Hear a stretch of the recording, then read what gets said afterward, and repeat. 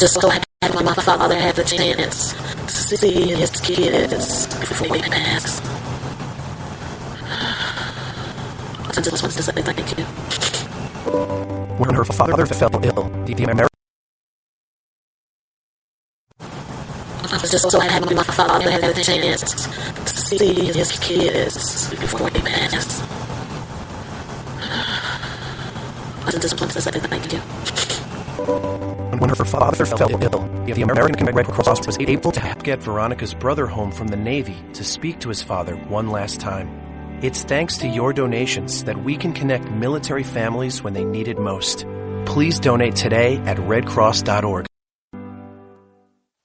If you want to work until you keel over, have less of everything in retirement, or give back more of your hard-earned money to the stock market again, then just ignore me. But if you'd like to protect the money you save, receive a steady, predictable retirement income, and enjoy financial security for as long as you live, then listen to this. You can download a free report that reveals the wealth-building secrets Wall Street and the banks don't want you to know. You'll learn how you can get guaranteed growth, safety, and real prosperity without risking your money in the Wall Street casino, and how to get the money you need when you need it, simply by asking for it. This is the best way to have a 100% secure retirement, and know your money will last as long as you do. To learn more about this method, and to get your free report, go to 52security.com. That's the number 52security.com. 52security.com. Go to 52security.com.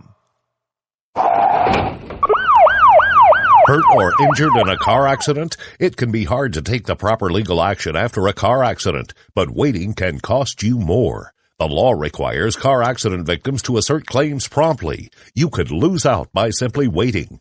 Call 800-709-4667 right now to see what your claim could be worth when handled by a skilled attorney. With a lawyer fighting and speaking up for you, you could be entitled to a big cash award. Call 800-709-4667. That's 800-709-4667. Now it's fast and easy to connect with the legal help you need after your car accident. Call 800-709-4667. The call is free, but you need to act now before time runs out on your claim. You need a lawyer to fight for you, protect you, and get you the compensation you need and deserve. Time's wasting. Call 800-709-4667. That's 800-709-4667. Call now. I considered suicide so I wouldn't put my family through all the pain. Many of our warriors are returning home from the battlefield, only to face a new war as they struggle with devastating injuries. At Wounded Warrior Project, we understand. We're there to help. Even though you think you're broken, you're not. It's the physical and the emotional healing that Wounded Warrior Project provides. With a gift of just $19 a month, you can join Wounded Warrior Project. You'll help provide critically needed programs and services that rebuild lives. Beautiful. There you go, buddy. The ongoing needs of our wounded and their families will continue for many years to come. Now is the time to show your support. Call now or go online with your gift of just $19 a month and we'll send you this Wounded Warrior Project blanket. It made me feel that there's people out there that care about us. After this event, we can finally maybe start to heal as a family and move forward. We need your help. The families are hurting. For many of our wounded heroes, the greatest casualty is being forgotten. That's why your gift of just $19 a month is so important. Please, call or go online right now. The following letters were written by our troops. My dear fellow Americans, I truly appreciate your support. I was starting to wonder if people had forgotten about us over here. But then one of my buddies showed me this website, and now as tears are streaming down my face, I can see for sure that you haven't. Private Emily B., U.S. Army. It's so heartwarming to see the American people not letting the men and women of the armed forces be forgotten. Your letters make a group of grown men, battle-hardened and gruff, act like a bunch of kids around a Christmas tree. Thanks. Staff Sergeant Matthew H., U.S. Army. Your support may be the most important thing our troops can carry with them. But don't take our word for it. Take theirs. To show your support, visit americasupportsyou.mil. Brought to you by the U.S. Department of Defense and the Ad Council. Millions of Americans every day are shedding unwanted pounds by taking tested and proven Ultra Lipo Stick. Carbohydrates are bad. Our carbo-fighting antioxidant is good.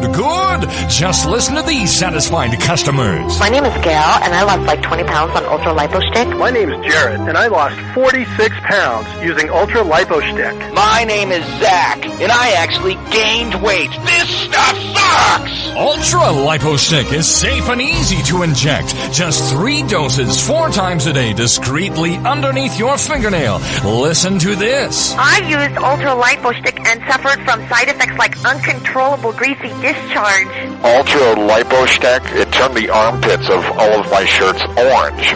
This stuff is crap. Try it today and see some real results. Ultra Lipo Stick. Not available in stores. Results may vary. Zinc Media. Feel the power of knowledge.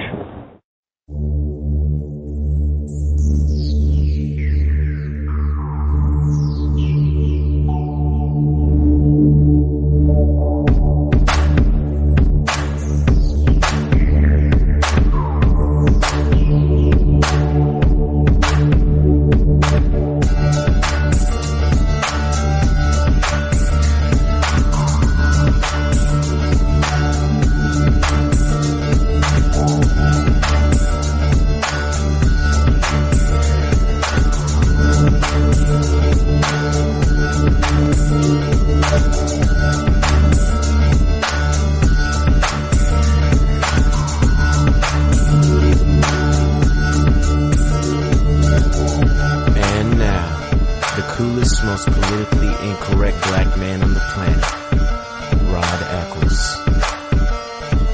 Well, hello, my fellow Americans. It is I, your lovable host, El Rod, coming to you live from my bunkerized home studio somewhere within the great granite state of New Hampshire, where the state motto is still live free or die. It is not big government or bust. It is Thursday, July 9th in the year of our Lord 2015, as we get ready to slide on into the weekend.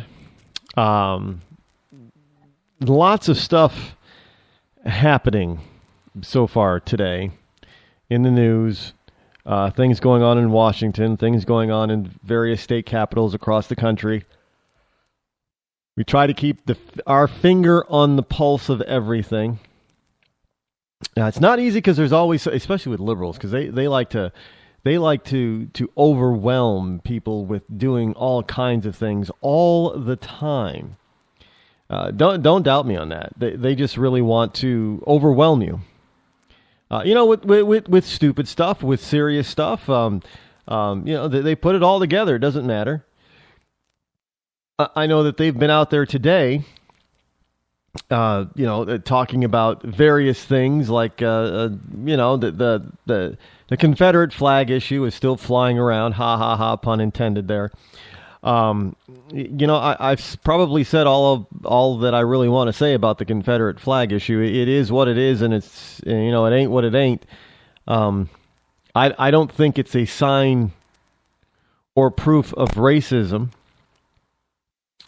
Not necessarily from the people who actually fly the thing or use it or what have you, the symbols of it and that sort of thing.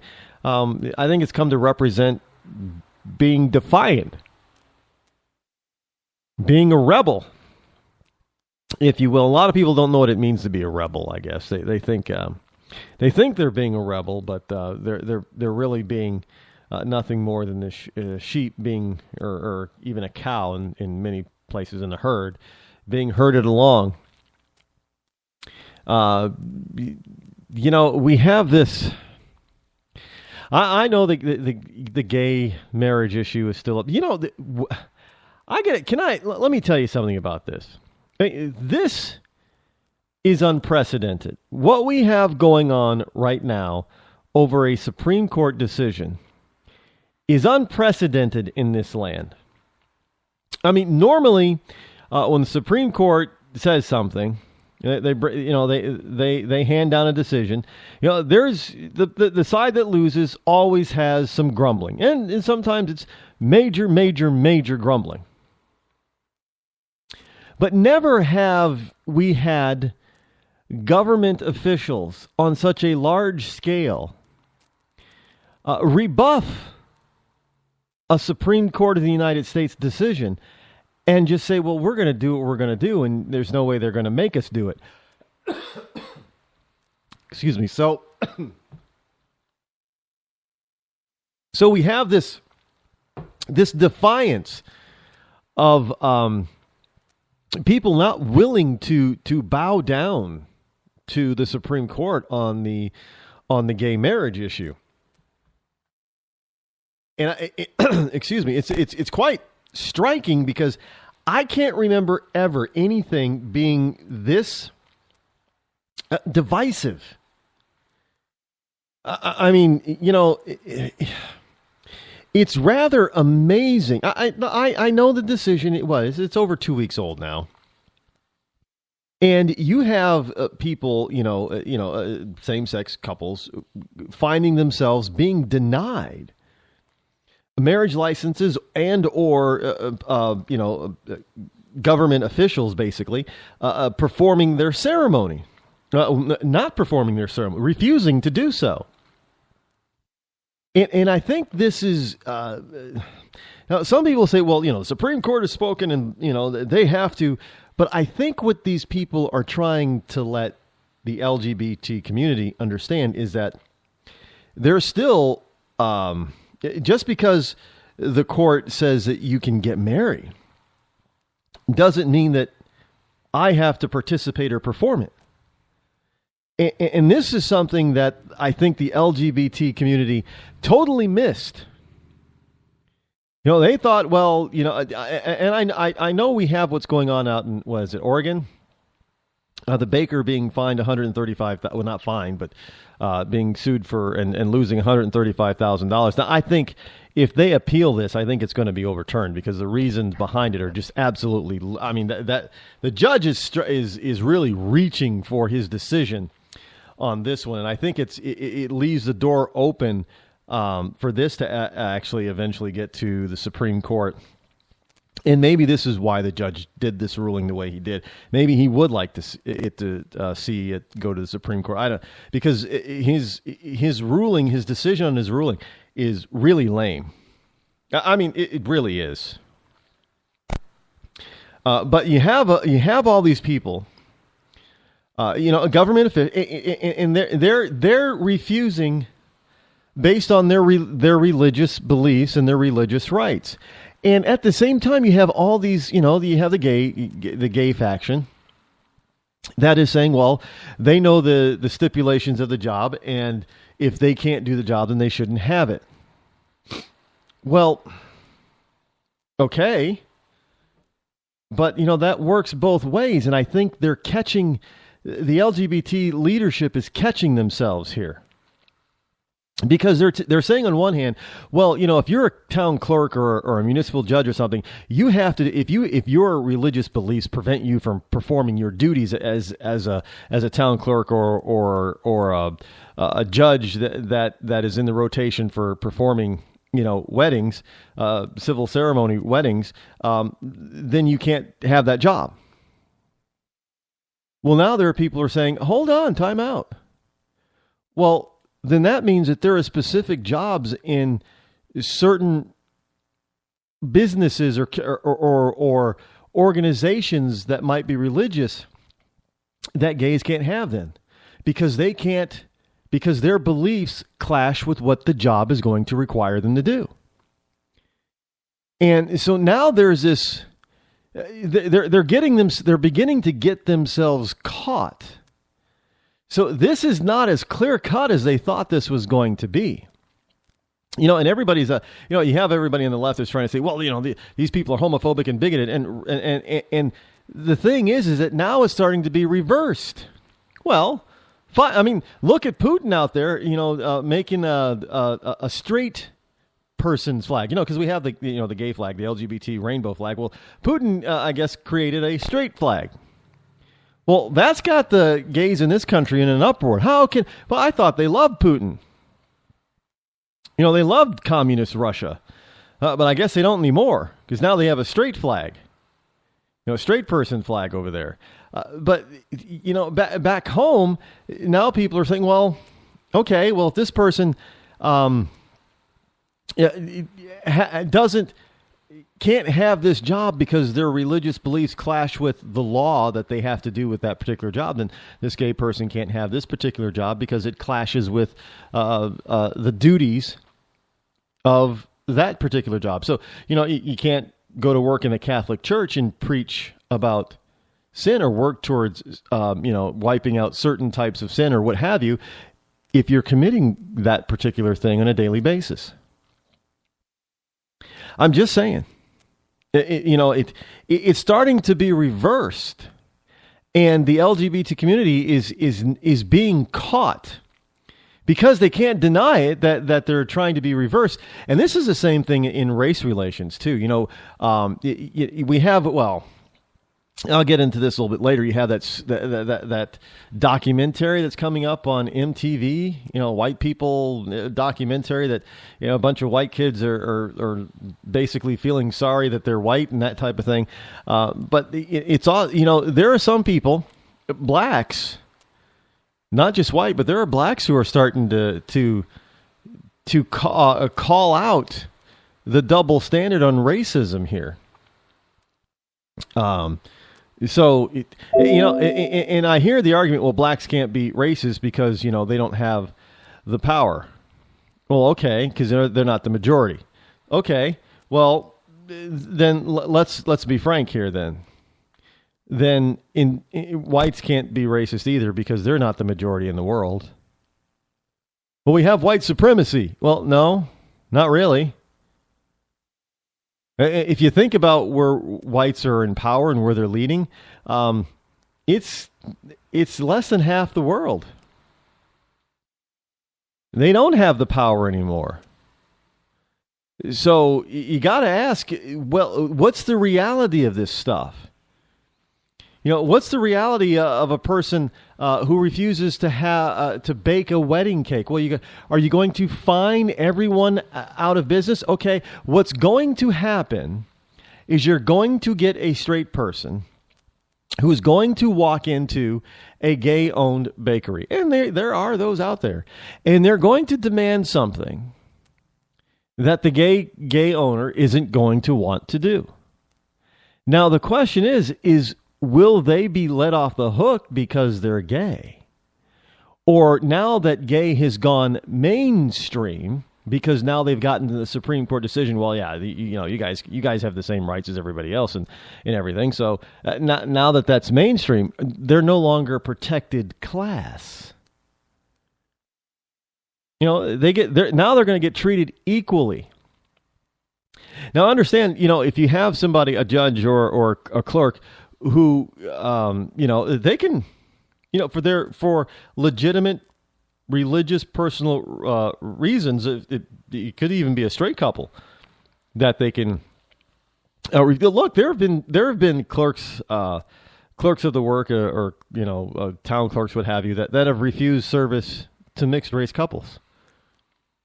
Some of them have been fired. Some of them, somebody else in the office has handled that type of thing, but welcome, gays, because now you're part of the mainstream club where we're all subjected to the same types of, bigotry, if you want to call it that. And you don't get a pass because you fly the rainbow colors. That's not what the court decision was all about. It wasn't about that you were now no longer going to be discriminated against in any way, shape, form, or fashion.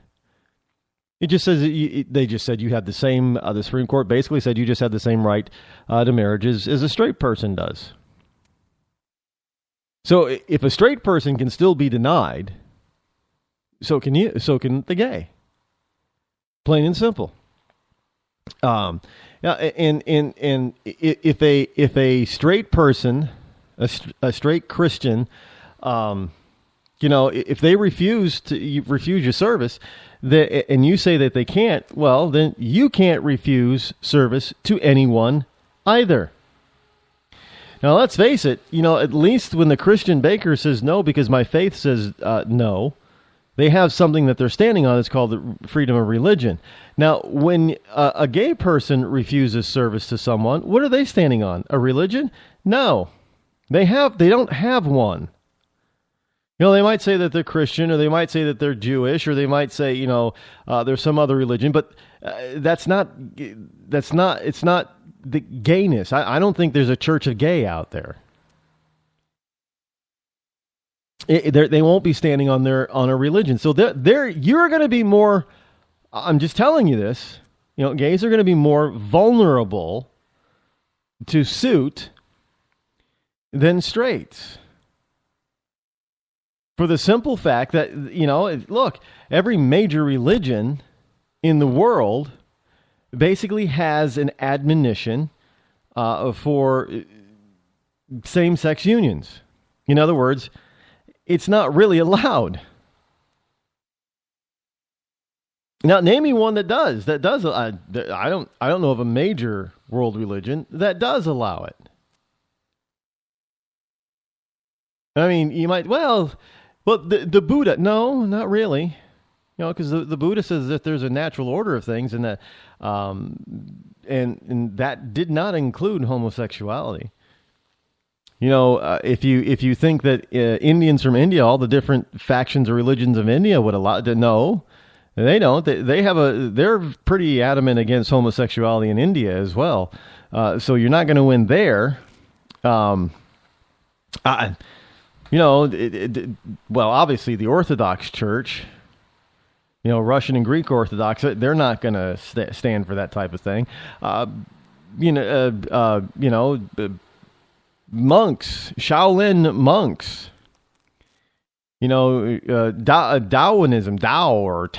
Taoism doesn't really affirm same-sex unions either. Because, there's the yin and the yang, there's the opposites, balance. Well, same-sex unions are not balance. Yin and yang, that's not yin and yang there. There's no balance. Look, I know some people are going to probably say, well, you're being anti-gay, right? No, not at all. I'm just telling you the real truths now about the world around you. Now that you think, the LGBT community thinks that they have won this huge victory, that they think that it is going to erase any potential for bigotry, if you want to call it that, you were wrong. Because now it puts you on the same level as straights, who have to deal with being told no for various reasons, from various people, from various religions, for various things.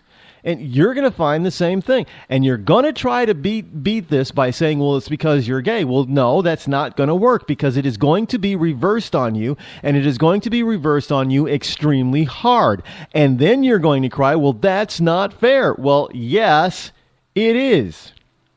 Because if you can sue and win $135,000 settlement or judgment against a Christian baker who does not want to participate in a same-sex union because it is against their religion, then there is no way in hell that you can refuse anyone any service for whatever reason simply because you're gay. It won't work that way. Now, look, fat people. Extremely obese people. I think that they have the Americans with Disabilities Act. There's the extreme obese part.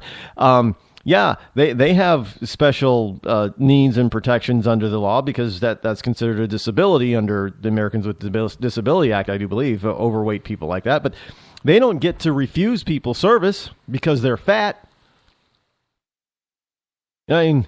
They can't go up to a skinny person. They could work in a real obese person works in a bakery, and a skinny person comes in and says, yes, we want a cake that celebrates being skinny because, we lost all this weight. Well, the fat person can't say, well, no, I don't believe in being skinny, so I'm not going to bake you the cake because, it makes me feel and look bad. That doesn't work. So, somebody comes in and says, well, we want a straight cake to promote being straight and the evils of homosexuality. Well, the homosexual baker then, because of what they have done to this Oregon baker and other Christian-owned businesses, they won't have a leg to stand on to say that, to refuse them. And they'll lose even bigger because there will not be a religious a background on this.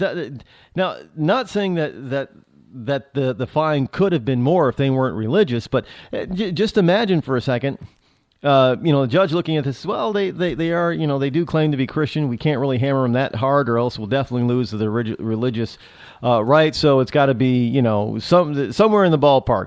But if you don't have any religious background whatsoever backing you up on your refusal to do of service for someone for whatever reason, you've already lost battle one.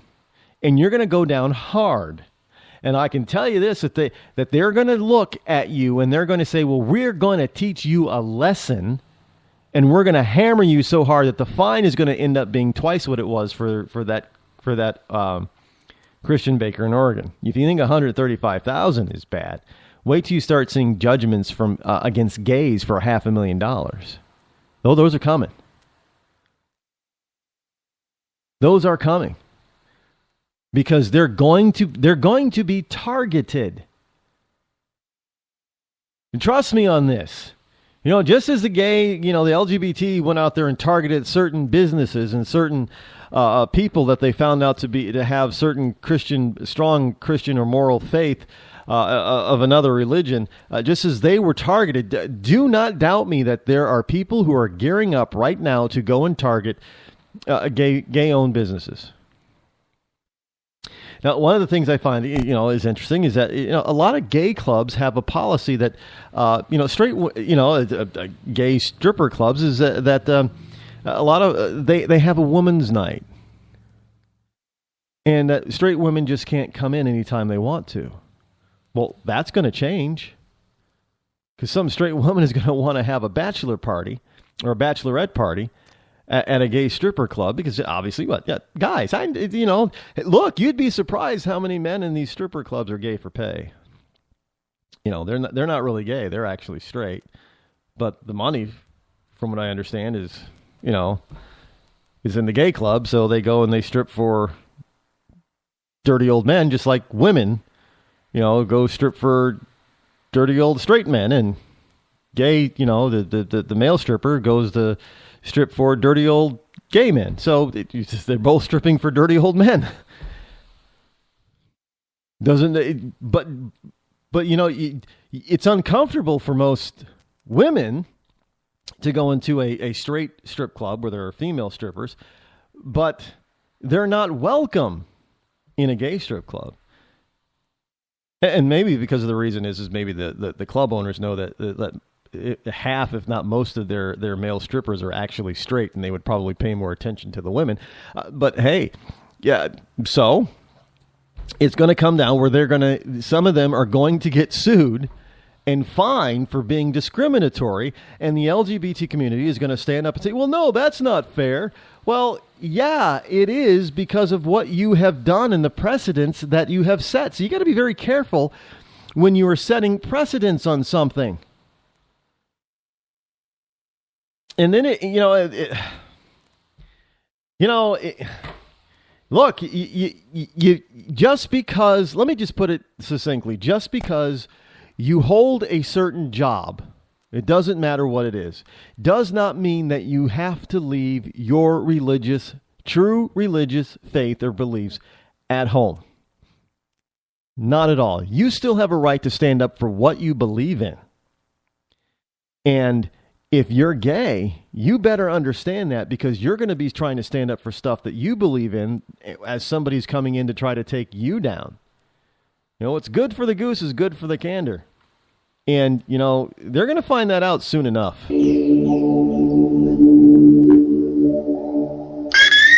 Hi, I'm George Foreman. Do you have an idea for a new product or invention? People ask me all the time, George, how do I get my idea in front of companies? How do I get a patent? What do I do next? I'll tell you like I'll tell them all. Call my friends at InventHelp. Call InventHelp today for free information. InventHelp can submit your invention to companies who are interested in receiving new ideas. Call InventHelp today. To get your free inventor's information, call 1-800-352-1609. That's 1-800-352-1609. If you want to work until you keel over, have less of everything in retirement, or give back more of your hard-earned money to the stock market again, then just ignore me. But if you'd like to protect the money you save, receive a steady, predictable retirement income, and enjoy financial security for as long as you live, then listen to this. You can download a free report that reveals the wealth-building secrets Wall Street and the banks don't want you to know. You'll learn how you can get guaranteed growth, safety, and real prosperity without risking your money in the Wall Street casino, and how to get the money you need when you need it, simply by asking for it. This is the best way to have a 100% secure retirement and know your money will last as long as you do. To learn more about this method and to get your free report, go to 52security.com. That's the number 52security.com. 52security.com. Go to 52security.com. Hurt or injured in a car accident? It can be hard to take the proper legal action after a car accident, but waiting can cost you more. The law requires car accident victims to assert claims promptly. You could lose out by simply waiting. Call 800-709-4667 right now to see what your claim could be worth when handled by a skilled attorney. With a lawyer fighting and speaking up for you, you could be entitled to a big cash award. Call 800-709-4667. That's 800-709-4667. Now it's fast and easy to connect with the legal help you need after your car accident. Call 800-709-4667. The call is free, but you need to act now before time runs out on your claim. You need a lawyer to fight for you, protect you, and get you the compensation you need and deserve. Time's wasting. Call 800-709-4667. That's 800-709-4667. Call now. I considered suicide so I wouldn't put my family through all the pain. Many of our warriors are returning home from the battlefield, only to face a new war as they struggle with devastating injuries. At Wounded Warrior Project, we understand. We're there to help. Even though you think you're broken, you're not. It's the physical and the emotional healing that Wounded Warrior Project provides. With a gift of just $19 a month, you can join Wounded Warrior Project. You'll help provide critically needed programs and services that rebuild lives. Beautiful. There you go, buddy. The ongoing needs of our wounded and their families will continue for many years to come. Now is the time to show your support. Call now or go online with your gift of just $19 a month and we'll send you this Wounded Warrior Project blanket. It made me feel that there's people out there that care about us. After this event, we can finally maybe start to heal as a family and move forward. We need your help. The families are hurting. For many of our wounded heroes, the greatest casualty is being forgotten. That's why your gift of just $19 a month is so important. Please call or go online right now. You shouldn't have to pay to talk to the people closest to you, or the people who used to be. That's why Umbrella Wireless is proud to announce the new Friends, Family, and Recent Ex-Girlfriend plan. Now you'll get unlimited calls to your best buddy, your mom, or Cindy, once she realizes that you're seriously meant for each other and should stop screening your calls. Now the 30 minutes of agonizing silence where you're both afraid to hang up may drain your battery, but it won't drain your wallet. And you'll get unlimited calls just to check if she still cares enough to pick up, with no extra charges. With the Friends, Family, and Recent Ex-Girlfriend plan, your phone will automatically answer calls from your ex, because maybe she finally realizes that you're the only one for her and wants to get coffee sometime. Now, after lonely nights of looking at pictures of the road trip you took together when everything was great, your misspelled texts are absolutely free. The only thing you have to pay for is the booze. The Friends, Family, and Recent Ex-Girlfriend plan, because she wants you back, She just doesn't know it yet.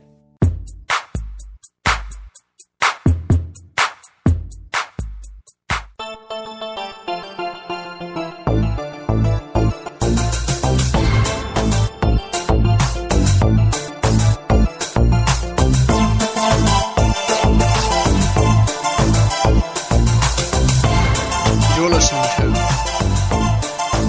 The Rod Eccles Show.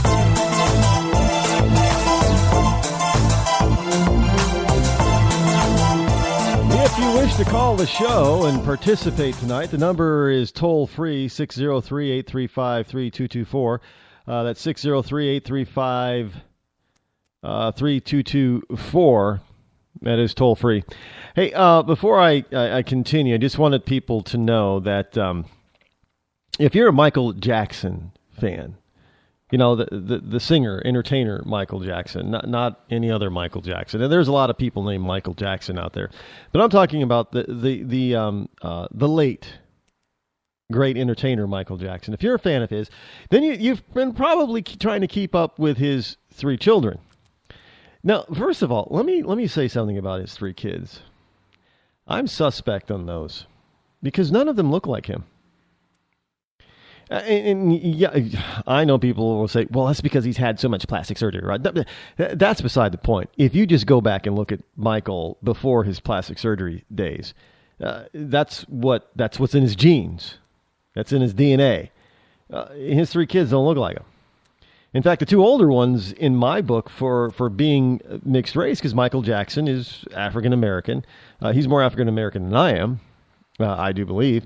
I have a lot of Native American mixed in here in this body of mine. But he is more African American than I am. But his kids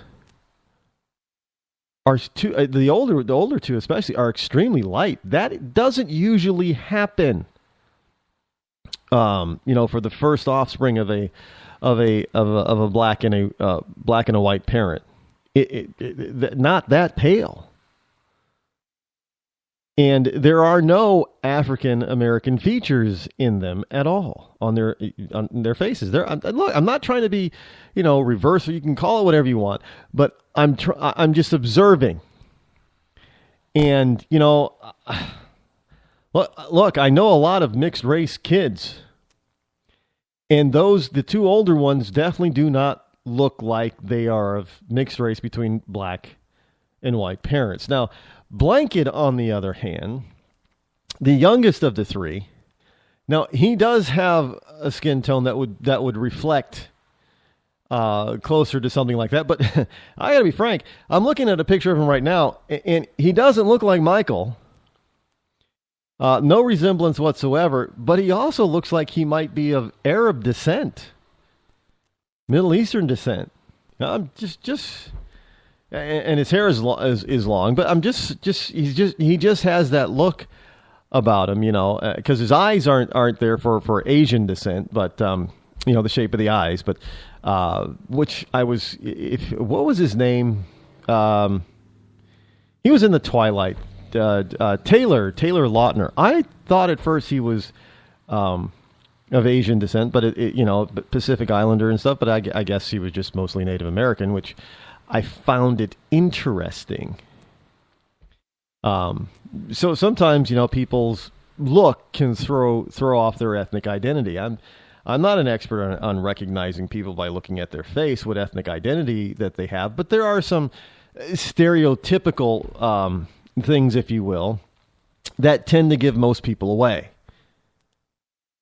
as to what their ethnic background could be. So I've always had that, and I'm not the only one. A lot of people, even to this day, have that question. And as far as I know, I don't think that there's ever been any DNA testing of the 3 kids to prove that they are Michael's. I'm just saying. I don't know. I also find it odd that, that their father passes away and their biological mother is really not in the picture. That's just odd to me. I don't think that, that she wasn't like a crackhead or anything. She wasn't a druggie. She wasn't, there was no abandonment issues or anything. She was just one day she was there, and then the next day, she gave birth and she was out of the picture. And again, I'm not. I don't think that all three kids share the same mom. Aren't there two moms for the three kids? Aren't the older two have one mom and the younger one I have never really kept track of celebrities' kids anyway, but the only reason I'm on it is because this is from the stir.cafemom.com is talking about Blanket. Formerly, the child formerly known as Blanket. Now, I always thought Blanket was his nickname, but this story basically is saying that Blanket was his name. Now, I don't know again, but I'm bringing it up because it has to do with people naming their kids strange names. If his birth certificate really does say Blanket, I would not be surprised. But I thought it was his nickname. But he's now 13. How long has Michael Jackson been gone now? I don't know. Time just flies. But now the kid is 13 and he's a middle schooler. But he's changed his own name. Because he's endured years of teasing from his peers, from fellow students his age, about being called Blanket. And he's 13 years old in middle school, and in his middle school yearbook, he's identified as BG or Biggie, B-I-G-I, instead of Blanket. Now, I'm not sure exactly how you pronounce it, but it said that BG or Biggie is a German name that means idealistic, sensitive, and inspirational. Now, sources tell the Stir the teen has always considered Blanket a stupid name and resented his father for calling him that because he couldn't stand the constant bullying. And so now he's changed. I don't I don't know how he's going to reduce the bullying by going to the name Biggie or BG. Either he's 13, so I don't think he's really all that big. And if you're going to go by his older siblings who are not that big, I would tend to think that he's probably not going to be 6'5" or something. 300 pounds. He's not going to be a lineman on an NFL team. Now, over the years, Biggie or BG has endured a lot of abuse from his peers. Not only is he the son of a highly controversial pop legend, which already makes him a target for jealousy and gossip, but he also carries an unusual moniker that left him vulnerable to ridicule. Now, when he began middle school earlier this year, the Buckley School in Sherman Oaks, California, he decided enough was enough and started going by BG or Biggie full time. Now, all these rich, pompous, pampered kids are making fun of Blanket Jackson because of his nickname is Blank. I thought his name was Prince Michael. I thought it was Prince Michael II or something like that. Kind of like George Foreman naming all his kids George. I thought this was the case for Michael Jackson's two sons. They were both named Prince Michael. And the way that they distinguish one from the other was they called the younger one Blanket. I don't look, folks. I don't know. I don't really care that much about it. But I'm bringing it to you for two reasons. One, because it just goes to show that, look, you have these very wealthy, very well-to-do, very famous, prodigies, if you will, going off to these rich and pompous schools, and there's still bullying going on. We're talking, Hollywood elite. The Hollywood elite's kids are out there making fun of another elitist child. So where's all the cry to stop bullying in these elitist schools? They make it sound like that bullying was only happening in lowbrow, public schools out in urban centers across the country. Bullying, of course, does not happen up here, at the Buckley School in Sherman Oaks, California. No. Well, evidently it does, and it happens so much that Blanket Jackson decided to change his name to Biggie or BG. I got to find out how he pronounces. I don't know. So if you know German and you know how to pronounce B-I-G-I in German. I didn't take German in school, so I don't know how Germanese would pronounce it. Now it also, the story talks about how these celebrities name their kids some ridiculous names, but it's really kind of, it brings it home that here's Michael Jackson's youngest offspring who is being bullied to the point where he feels that he needs. I don't know if he feels safe going to the Sherman Oaks School, whatever it is, or not, but I get. Evidently, changing his nickname or moniker is going to do the trick for him. But this is something that parents do to their kids all too often. I mean, you got Frank Zappa's kids are Moon Unit and Dweezil, right? I mean, Dweezil? The hell is that? But he seemed to be okay with it. I don't know where you get Dweezil from, but he seemed to be okay with it. But I bring that story up because of parents doing things to their children. But here's the real story I wanted to bring you. DailyTribune.com has a story. Judge compares Bloomfield Hills children to Charles Manson. That is the title. DailyTribune.com. That's the title of this piece. An Oakland County Circuit Judge, that would be Oakland, California, circuit judge who sent 3 children to a juvenile detention facility for refusing to speak to their father, and compared those kids to cult leader Charles Manson. And here's why. Because the judge is acting like a little child. Because the judge ordered the 3 kids to speak to their father.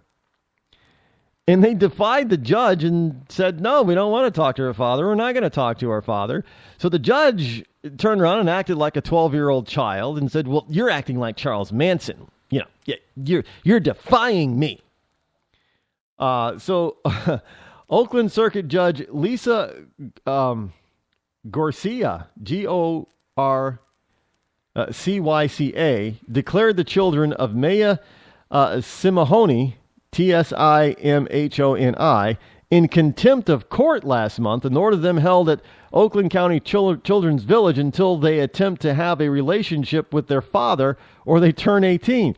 So these kids are going to be held away from both parents now because they don't want anything to do with their father. They don't want to have anything to do with them for whatever reason. But this judge is saying, well, no, you're going to have a relationship with. Who do these people think they are? Now, I realize that they're just children, and oftentimes, and the children's ages are 9, 10, and 15. And they've been incarcerated for more than 2 weeks now over not talking to their dad.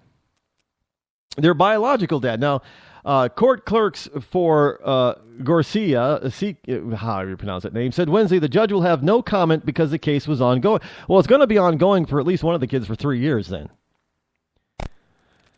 I mean, this is the problem with activist judges. Well, you're going to have a relationship with your father because I order it. No, they don't want to. You can't order that.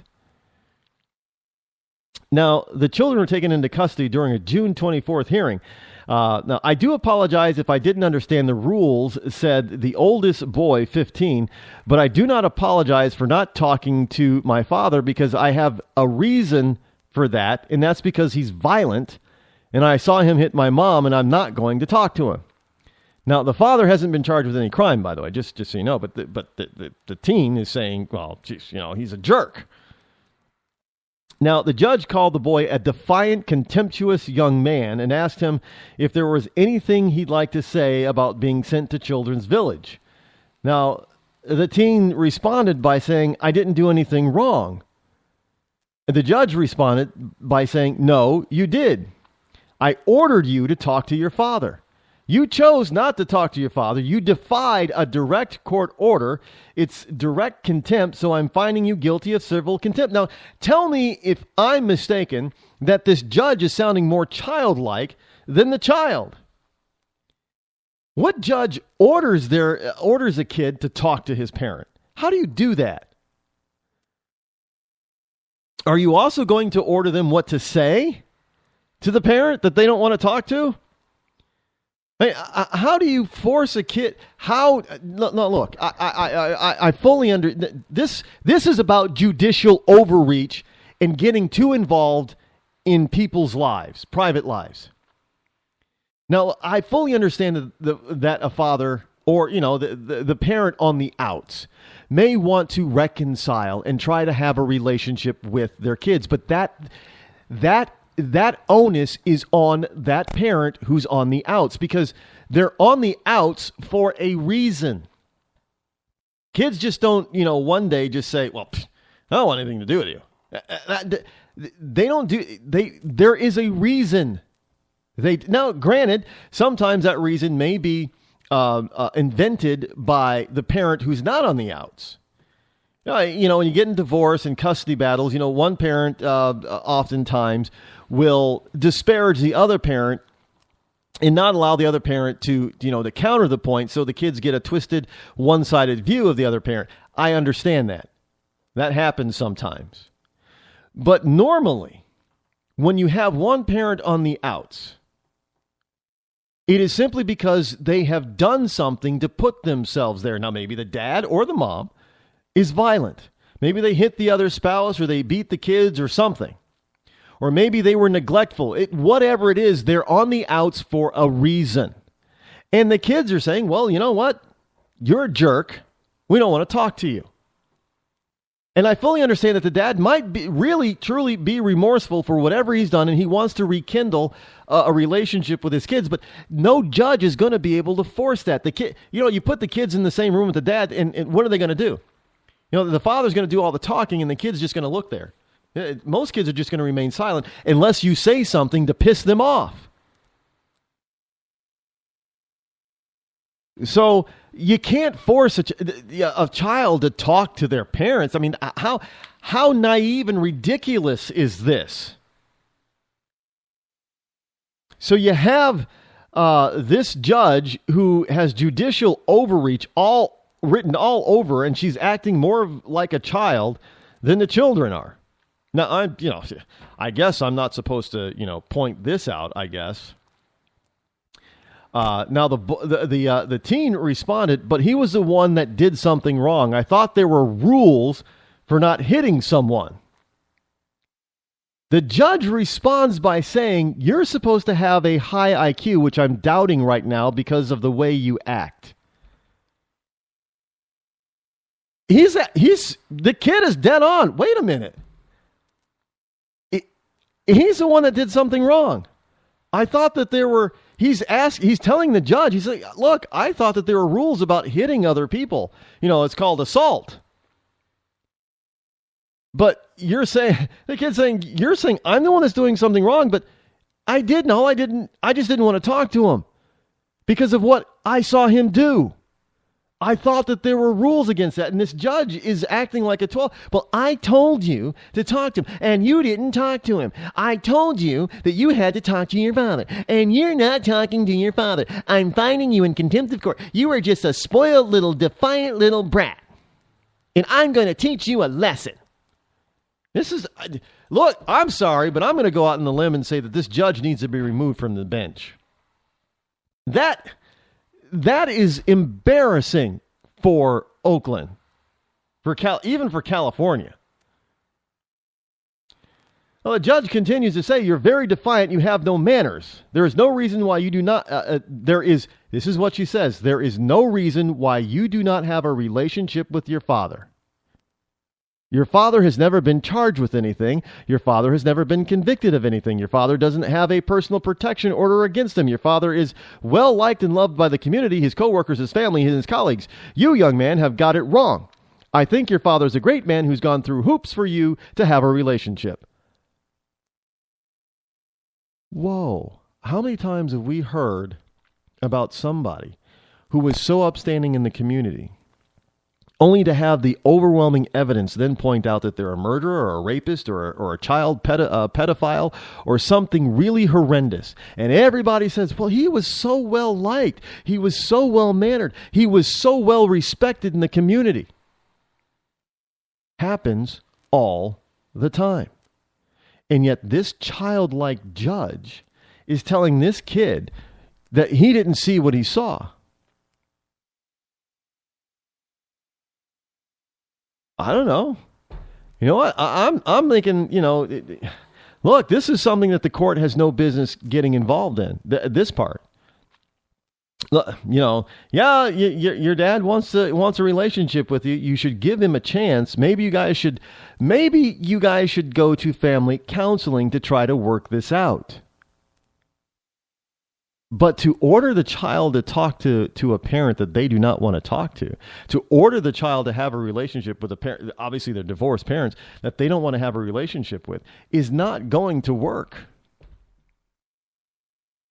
And sitting there calling, I don't care if you are the judge, you do not have the right to start demeaning and degrading somebody who has not been convicted of a crime. You can't start calling them names. You're a defiant little brat is basically what she's saying, because you're defying me, the judge. No, you're a bullying little childish judge. That's your problem. Plain and simple. I have never. What are they? Are judges going to start now naming kids because parents are probably, a blanket? No. This judge would probably say, no, you can't name your kid Blanket. I told you not to name your kid Blanket. You're in contempt of court. You're going to jail until you change your kid's name. I told you can't name your kid Charles. I told you can't name your kid Timothy or something. Why? Hey, you can't name your kid Saul because that's a religious name. How far is this type of thing going to go? How far is this judicial type of overreach going to go into families' lives? When you start sending kids to juvenile hall, to juvenile prison, because they don't want to talk to their alleged abusive father, you've got a problem. And it's not the kid that has the problem. Maybe the kid is lying. Maybe he didn't really see his father hit his mom. I don't know, but there is something else going on there. And just sitting these two, ordering this kid to go over to to have a relationship with his father is not going to work. There is something else that is seriously wrong there with their relationship, and somebody needs to step in and find out why first. Wouldn't it be a pity if this judge gets her way? And hey, this has happened before. It's not out of the realm of possibility. Where this judge gets her way, and one of those three kids ends up dead by the hand of their father. Now, has that happened before? Yes, it's happened before. Can it happen again? Oh, it's not can. When you have judicial activism like this that forces people together that should not be together, It is not a question of can. It's just a matter of a question of when is it going to happen again. And you know the people who never get in trouble for this kind of stuff, for this overreach, are judges. Judges never get in trouble for all the BS and trouble that they create and make. Maybe that should change a little bit.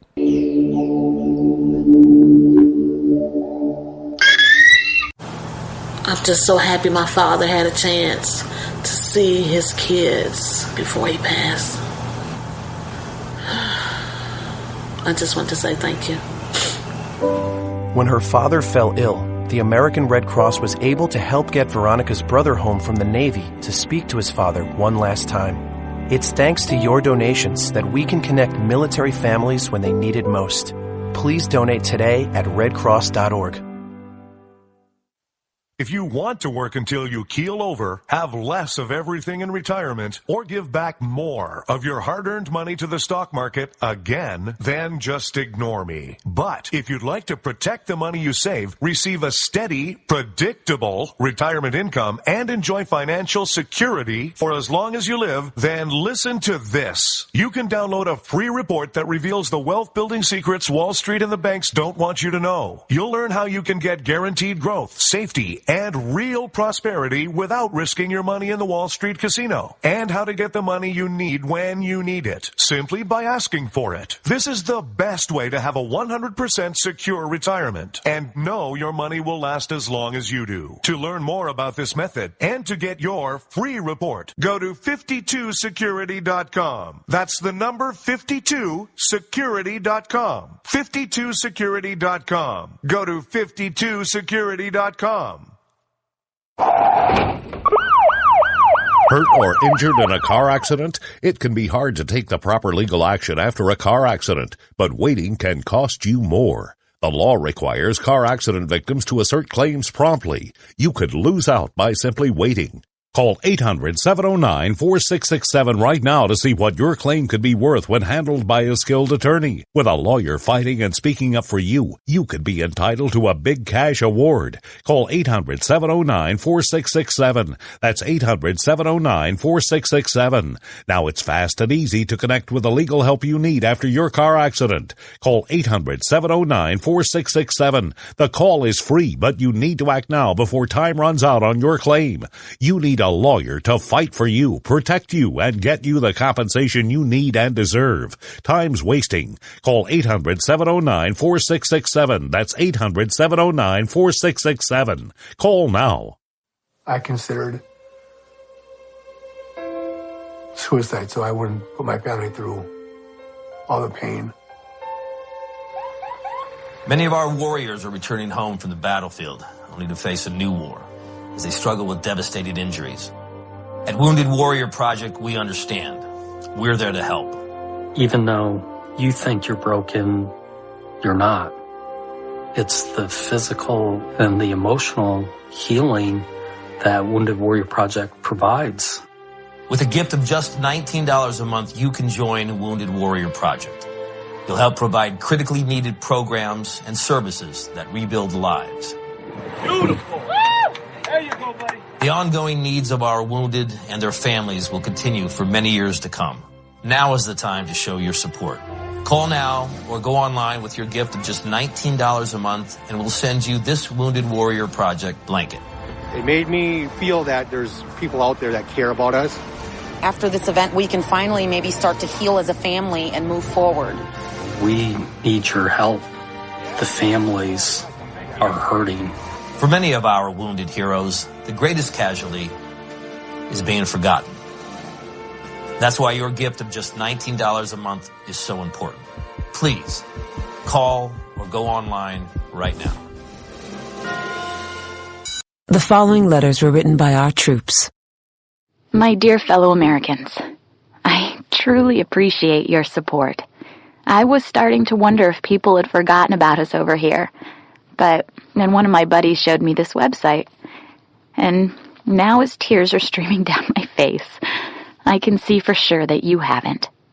Private Emily B., U.S. Army. It's so heartwarming to see the American people not letting the men and women of the armed forces be forgotten. Your letters make a group of grown men, battle-hardened and gruff, act like a bunch of kids around a Christmas tree. Thanks. Staff Sergeant Matthew H., U.S. Army. Your support may be the most important thing our troops can carry with them. But don't take our word for it. Take theirs. To show your support, visit americasupportsyou.mil. Brought to you by the U.S. Department of Defense and the Ad Council. Millions of Americans every day are shedding unwanted pounds by taking tested and proven Ultra Lipo Stick. Carbohydrates are bad. Our carbo-fighting antioxidant is good. Just listen to these satisfied customers. My name is Gail, and I lost like 20 pounds on Ultra Lipo Stick. My name is Jared, and I lost 46 pounds using Ultra Lipo Stick. My name is Zach, and I actually gained weight. This stuff sucks! Ultra Lipo Stick is safe and easy to inject. Just 3 doses 4 times a day, discreetly underneath your fingernail. Listen to this. I used Ultra Lipo Stick and suffered from side effects like uncontrollable greasy discharge. Ultra Lipo Stick, it turned the armpits of all of my shirts orange. This stuff is crap. Try it today and see some real results. Ultra Lipo Stick. Not available in stores. Results may vary. Zinc Media. Feel the power of knowledge.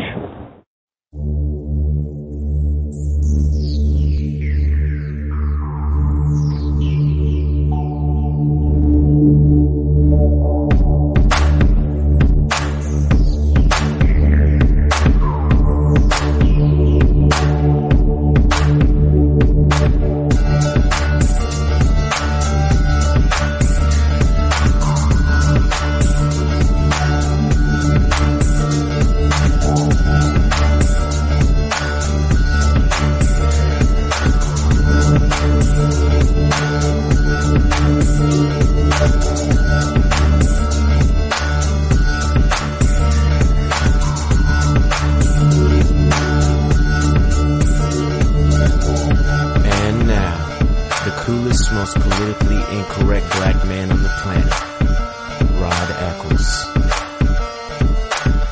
You know, the judge didn't even stop there. Of course, you know, she talked to the other 2 kids, the 9 and the 10-year-old. But what she did later is that Garcia or Gorsica, Gorcyca, said she appreciated that Simahoney, the mother, told her son about the importance of having a relationship with his father. It probably was too late for that, the judge said. But to the boy, the judge continued, you need to do a research program on Charlie Manson and the cult that he has. You have bought yourself living in Children's Village, going to the bathroom in public, and maybe summer school. Now, the judge then forbid the mother or anyone from her side of the family from visiting the boy. So the kid's now in jail. And the judge has just said, well, no, Mom and Mom's, nobody in the family can visit him now. Because the judge is saying that this kid should look up about... he's a 15-year-old kid. Is he planning to murder people? Are people trying to follow? Is he trying to convince people to follow him? Is he trying to be a mass murderer? How in the hell can this judge compare this 15-year-old kid to Charles Manson? I'm blown away by this. And people are, unbelievable. She is accusing this kid of being a Charles Manson follower. Look, I don't know the whole case. Obviously, the story isn't going into detail of the whole case. But I find it to be a stretch that you're going to say this 15-year-old kid because he won't talk to his father. I don't know. Did Charles Manson refuse to talk to his daddy? Is that it? Is she afraid because maybe Charles Manson didn't talk to his daddy that this kid is going to be a serial killer someday, the head of a death cult? That's kind of a stretch. I don't know. Well, maybe somebody ought to go out there and profile. It seems to me that if this is what she's worried about, she wouldn't be sending the kid to jail. I mean, she just said the kid is messed up in the head. So you'd think that the judge would have the wherewithal, and be the adult here in order the kid to have some sort of psychological counseling. But no, she's going to isolate him even more and cause him to be even more angry and divisive. Because there isn't going to be a review on the hearing on this until September 8th. So the kid is going to have to, 15 years old, he's going to miss his summer. He's basically going to be in jail for contempt with no way out of it, evidently, with no way of repairing it or fixing it until September 8th. Now, to me, that sounds like the kid has been tried and convicted of no crime by this judge and then sentenced without due process. This is the United States of America. Nobody goes to jail without due process. But she just sent this kid to jail for about 3 months. Sentenced him to jail for 3 months. No due process. That's what it's all about, folks.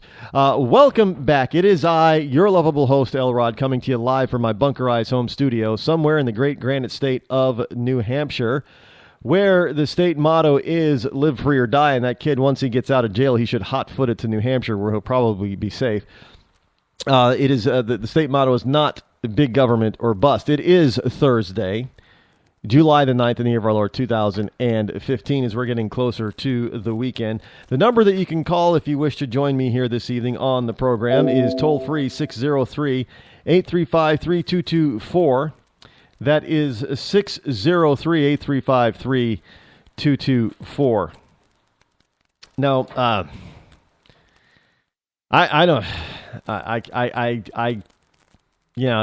time to move on from that story, but it's amazing how people,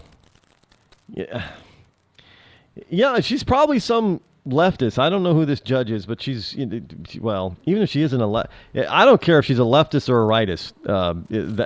That particular, her reaction to this kid, the kid is 15. The son is 15. This judge acted younger than his teenager. You think she was 12 or something. A Toledo judge refuses to perform a gay marriage. This is from the dispatch.com. From Columbus, Ohio. Toledo, Ohio. Judge refuses to perform gay marriage. Now, before everybody just throws up their arms and say, oh, bigot, he's a racist and a homophobe and blah, blah, blah. Understand this.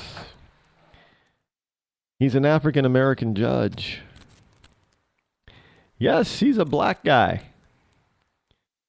A Northwest Ohio municipal judge assigned to a courtroom where civil marriages are performed refused to marry 2 women less than 2 weeks after the U.S. Supreme Court legalized gay marriage. The judge's office confirmed this on Wednesday yesterday.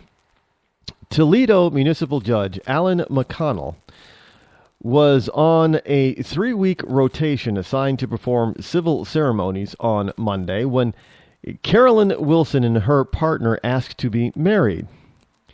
McConnell acknowledged the decision in a Wednesday statement.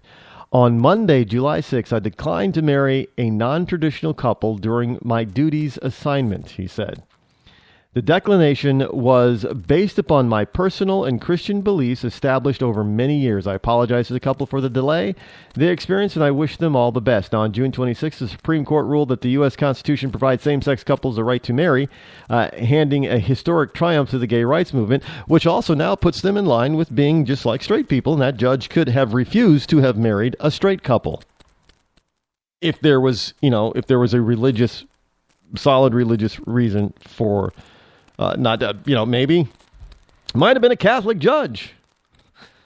Catholics don't believe in divorce and remarriage. You have to, I'm not a profound expert in the Catholic religion, but there are some religions that you can't be divorced and get remarried, which is why they have this thing called an annulment, which makes it like it never happened. So if you just simply say, yeah, it happened, but I just want to separate from him, well, no. Can't do that. So if you're of that belief that you can't be divorced and then remarry, because that's the same thing as being polygamy, and it's happened to straight people. There have they try to get married in a certain church, and the priest or the father, whatever it is, just says no. You can't do it. So hey, gay people, welcome to the mainstream of no longer being alternative and on the outs. You're now normal, like straight people. And so now you're going to face straight people dilemmas as well. But the Toledo Municipal Court judges performed 98 marriages back in 2014, and 49 marriages so far this year. Now, Deputy Court Administrator Michael Zank said the request by the woman on Monday was the first time the court was asked to perform a same-sex marriage. Now, after McConnell refused, Judge William Connolly Jr. performed the ceremony for the women. Now, it is the policy of the court to accommodate wedding requests, and we will continue to do that for both opposite and same-sex marriages, Zank said. Now, McConnell said he will continue to perform traditional marriages and is seeking an advisory opinion from the Supreme Court of the state of Ohio about whether he can opt out of the rotation that would have him perform civil marriages. Yeah, why not? If you're gonna, you can't force a person to do something that is against their truly held belief. And I know some people say, well, there are some people that said the separation of colors, Rod, is religious or biblical. No, there's no biblical reference for racism. There's no biblical reference for slavery. There's no biblical reference for somebody being owned, a human being owning another human being. Now, just because they did it and it was acknowledged that it was being done in the Bible does not mean that the Bible granted it. It didn't. So that is a moot point. But it does pretty much say in no uncertain terms, talks about man laying with man, which means, there are some... There are actually a lot of people out there who believe that homosexuality, seeing how it was written into the Bible, was not meant for women, that it was only meant for men, that a man shall not lay with a man as he does a woman, but it never says that a woman shall not lay with a woman as she does a man, so that leaves lesbianism is okay. Now, that might be a stretch, but if you take it literally, they may have a point on that. Look, I'm being honest. I'm just conceding that point. So in which case, then, maybe the judge was wrong in not marrying a lesbian couple, but, I can just see it now. If the judge married a lesbian couple and then refused to marry a gay male couple, that would probably not go. Well, lesbians would probably like it, because a lot of lesbians don't like men anyway, so I guess it really doesn't matter. But there you go. So, but this is just on the heel. This is just one of those things that has been happening since the decision came down a couple of weeks ago about same-sex marriage, and how people in various levels of government and non-government are defying this court order. I don't think we've ever seen this before. Excuse me. Now, I know that there are people that get upset with certain rulings that come down from the court. And it always happens. Always happens that somebody's going to be upset about it, because somebody's going to win and somebody's going to lose when in a court ruling. There's always going to be people that are disappointed, that are upset. But I don't ever recall a decision being so resoundingly rejected by the losing side as to the point where they defy the order on such a large scale nationwide. These are not isolated events. This is happening all over the country. So you got to. I'm just sitting back asking, what is going on with this, and why? I mean, did this really go too far? Is this the judiciary really stretching the bounds beyond what the American people will willingly allow? It's such a decision that you have so many people talking about term limits for judges. I mean, there's always been a certain faction of people in the public and in the political process that think that all judges should, have a term, and they shouldn't be allowed to exceed that term, including the Supreme Court of the United States. But there have been people, and it's usually, a minority of people within a particular type of group.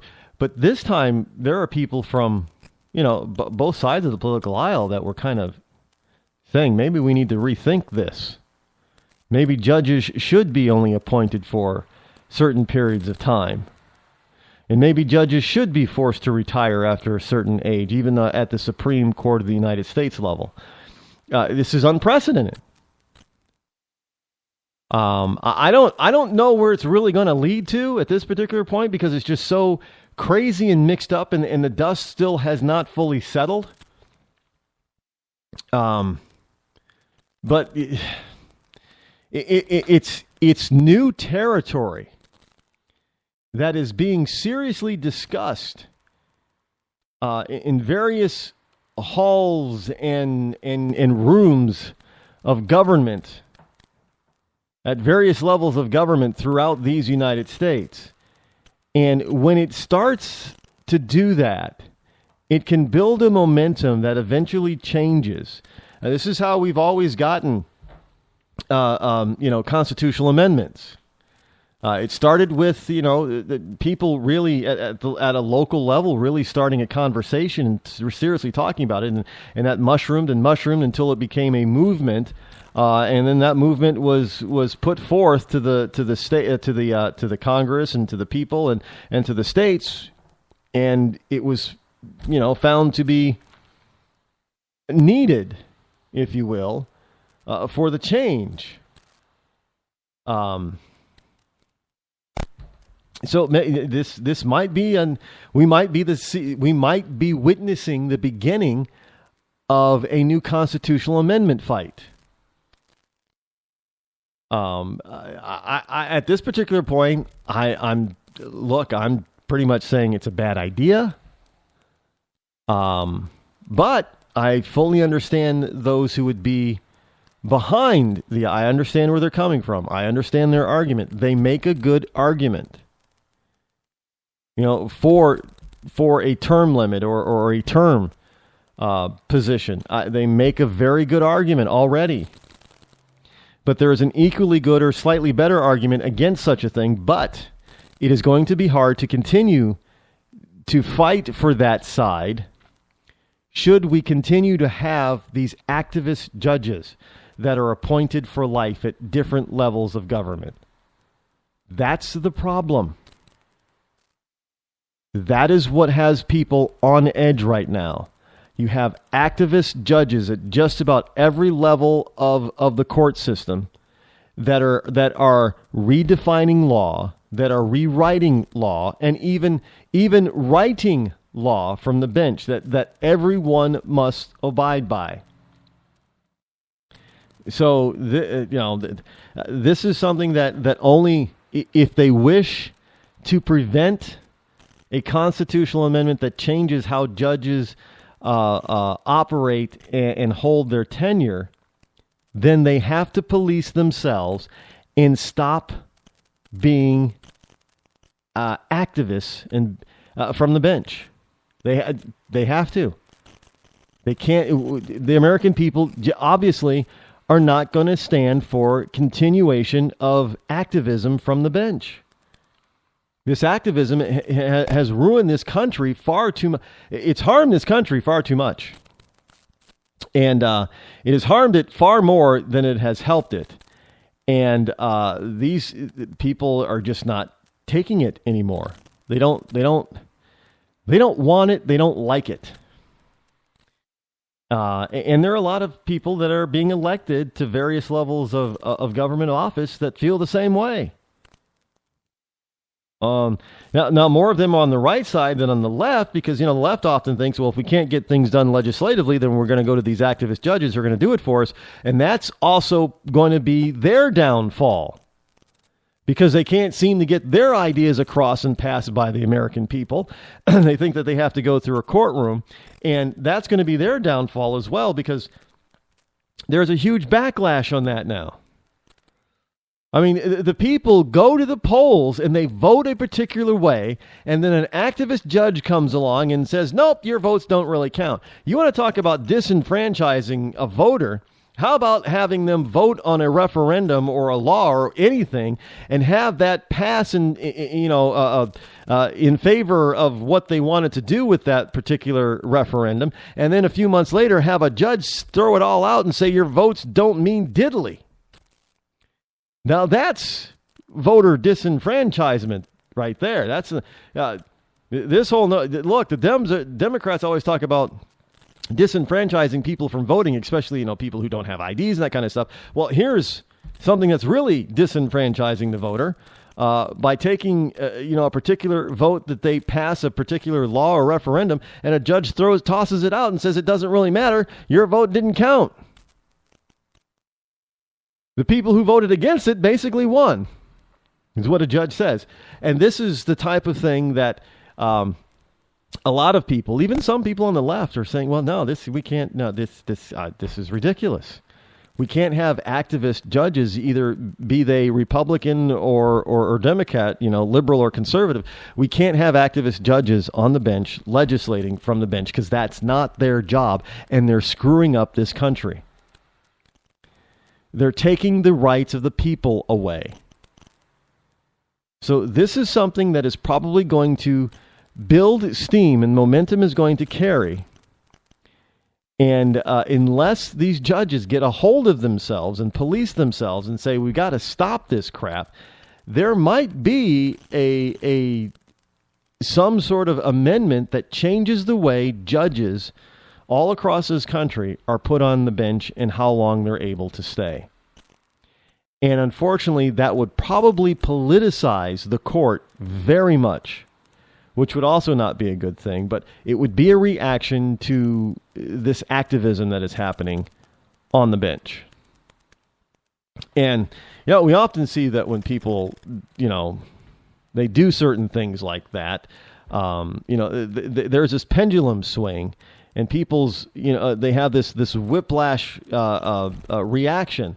Kind of like George Bush, George W. Bush. He had, the American people were whipped up into a frenzy by the lamestream media about how bad George W. Bush was, and, the bad economy is his fault, and, this war on terror isn't working, and blah, blah, blah, blah. And they whipped the American people into this frenzy of this anti-Bush type of mentality. Well, the people couldn't take it out on George W. Bush, so they had to take it out on the Republican contender.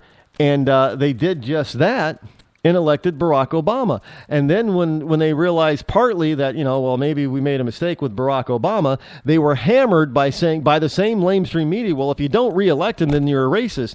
And I think people are getting to the point now where this is just getting to be ridiculous and redonkulous, and there needs to be a change because our country is being eaten from the inside out. We're destroying ourselves.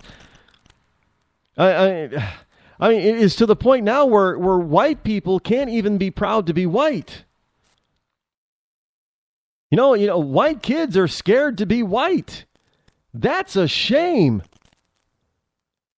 If you have this stupid Confederate rebel flag on your car, you're a racist. Even though even if you're black and you might have one, you're a racist, man.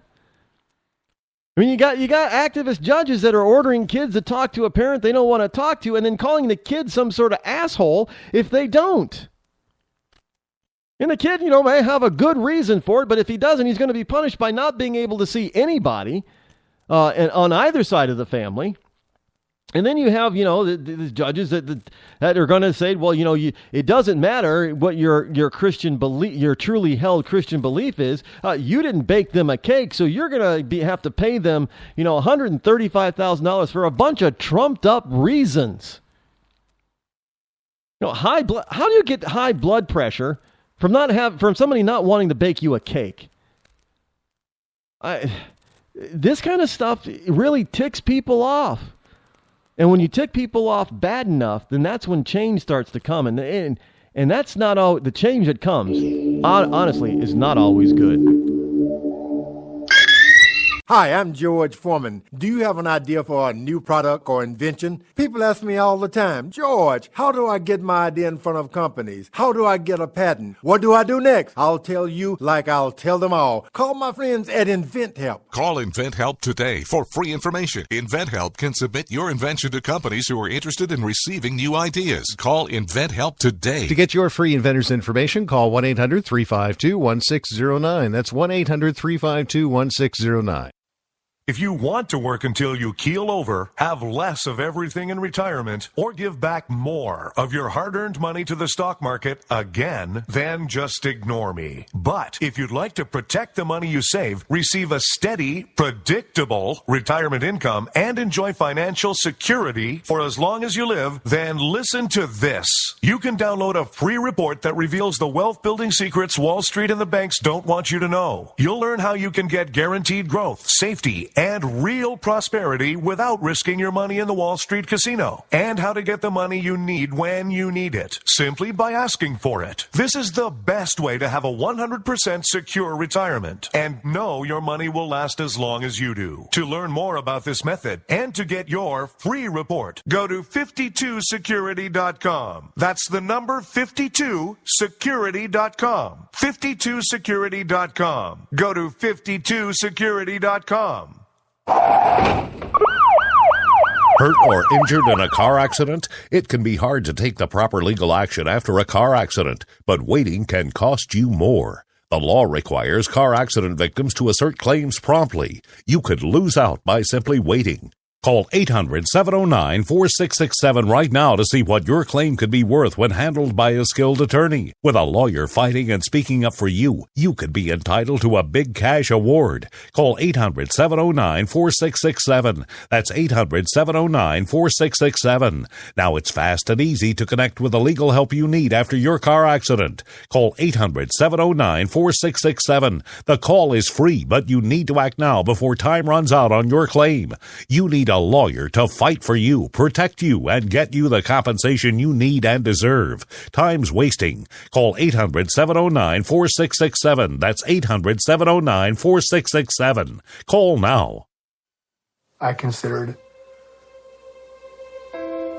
suicide so I wouldn't put my family through all the pain. Many of our warriors are returning home from the battlefield, only to face a new war as they struggle with devastating injuries. At Wounded Warrior Project, we understand. We're there to help. Even though you think you're broken, you're not. It's the physical and the emotional healing that Wounded Warrior Project provides. With a gift of just $19 a month, you can join Wounded Warrior Project. You'll help provide critically needed programs and services that rebuild lives. Beautiful. There you go, buddy. The ongoing needs of our wounded and their families will continue for many years to come. Now is the time to show your support. Call now or go online with your gift of just $19 a month and we'll send you this Wounded Warrior Project blanket. It made me feel that there's people out there that care about us. After this event, we can finally maybe start to heal as a family and move forward. We need your help. The families are hurting. For many of our wounded heroes, the greatest casualty is being forgotten. That's why your gift of just $19 a month is so important.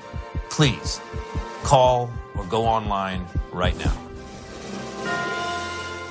You shouldn't have to pay to talk to the people closest to you, or the people who used to be. That's why Umbrella Wireless is proud to announce the new Friends, Family, and Recent Ex-Girlfriend plan. Now you'll get unlimited calls to your best buddy, your mom, or Cindy, once she realizes that you're seriously meant for each other and should stop screening your calls. Now the 30 minutes of agonizing silence where you're both afraid to hang up may drain your battery, but it won't drain your wallet.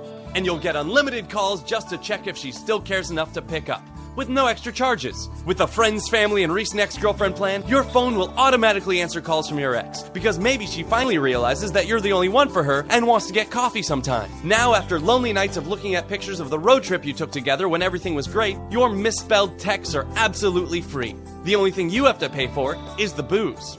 The Friends, Family, and Recent Ex-Girlfriend plan, because she wants you back. She just doesn't know it yet.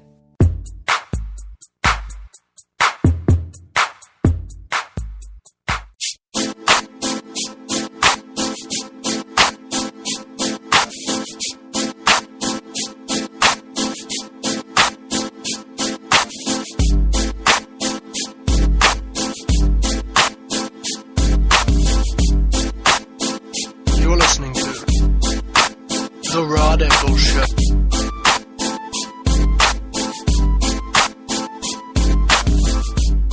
You know, this next story, I gotta tell you, I don't, you know, there are days, there are times when I'm doing research for the program, I have to shake my head, and I sometimes think, you know, maybe I just really need to step away for a few years, because it's now at the point where I cannot believe the debauchery level, the depths that we have sunk as a nation, by allowing certain things that are just unfathomable to think about in any society, in any I don't care what era or year it is, whether it be 2015 BC or 2015 AD. This next story really, it just shows what the level of depravity that the left, they have no shame that they're willing to do to our nation and to our youth, and to the American taxpayer. Make no doubt about it. You know, they think they're roping the rich people on this, but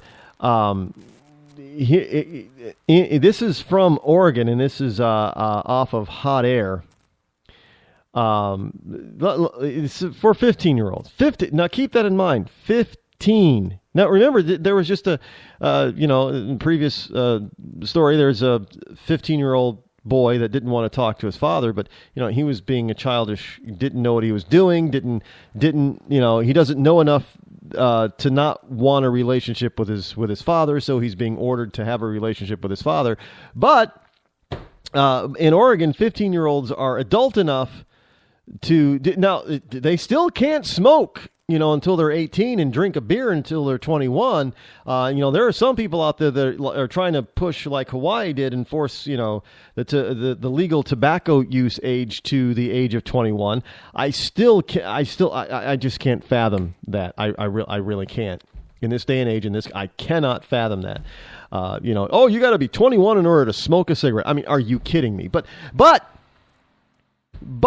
you cannot have a drink legally. You cannot smoke legally at the age of 15. But at the age of 15, in Oregon, what they want is you can get a government-funded sex change operation without parental permission. Yes. This stuff makes my head spin. So let me see if I understand this. They say you're not old enough to have alcohol because, it can alter your life. And you can make bad decisions that will change the rest of your life.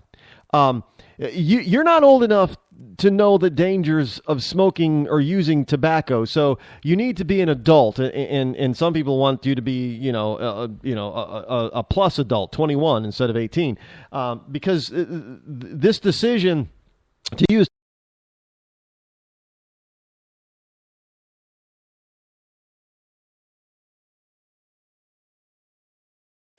that there is no doubt. There's no could affect you the rest of your life. It will affect you the rest of your life. Here's the story. The list of things 15-year-olds are not legally allowed to do in Oregon is long. They're not legally 15 now. 15. You can't drive. You can't smoke. You can't donate blood. You can't get a tattoo. And you can't even join or use a tanning bed.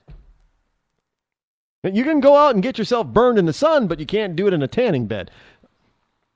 But under a first in the nation policy quietly enacted in last January, that many parents are only now finding out about. See, this is the kind of, they shoved this. There was no talk about this.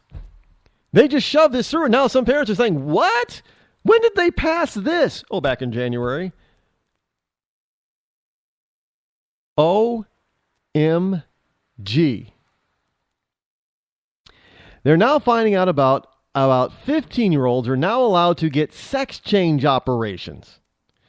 Now, I think just about everybody who did not know about the law being put into effect were stunned to learn that they can do it without parental notification and that the state will even pay for it through its Medicaid program, the Oregon Health Plan, which is pretty much, part of Obamacare.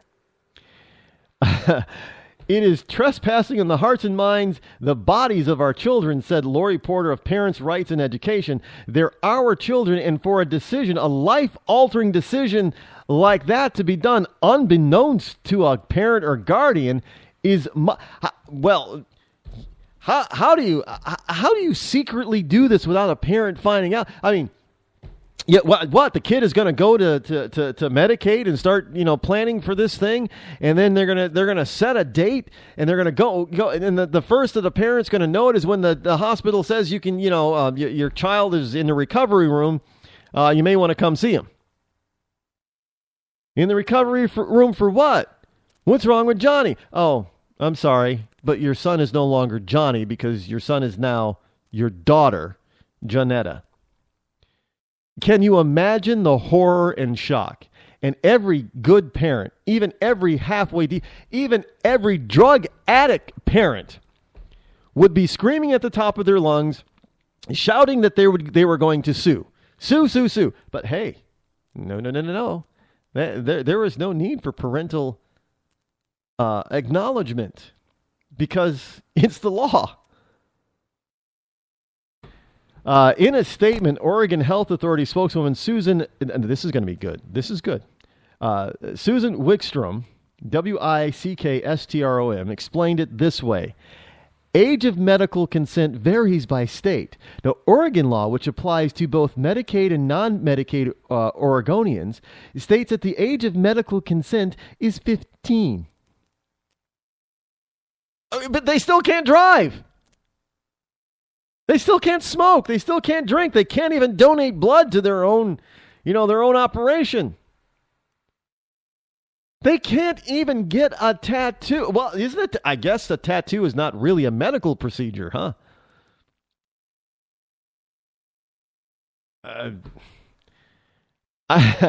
Now, while 15 is the medical age of consent in the state, the decision to cover sex change operations specifically was made by the Health Evidence Review Commission, or HERC, HERC.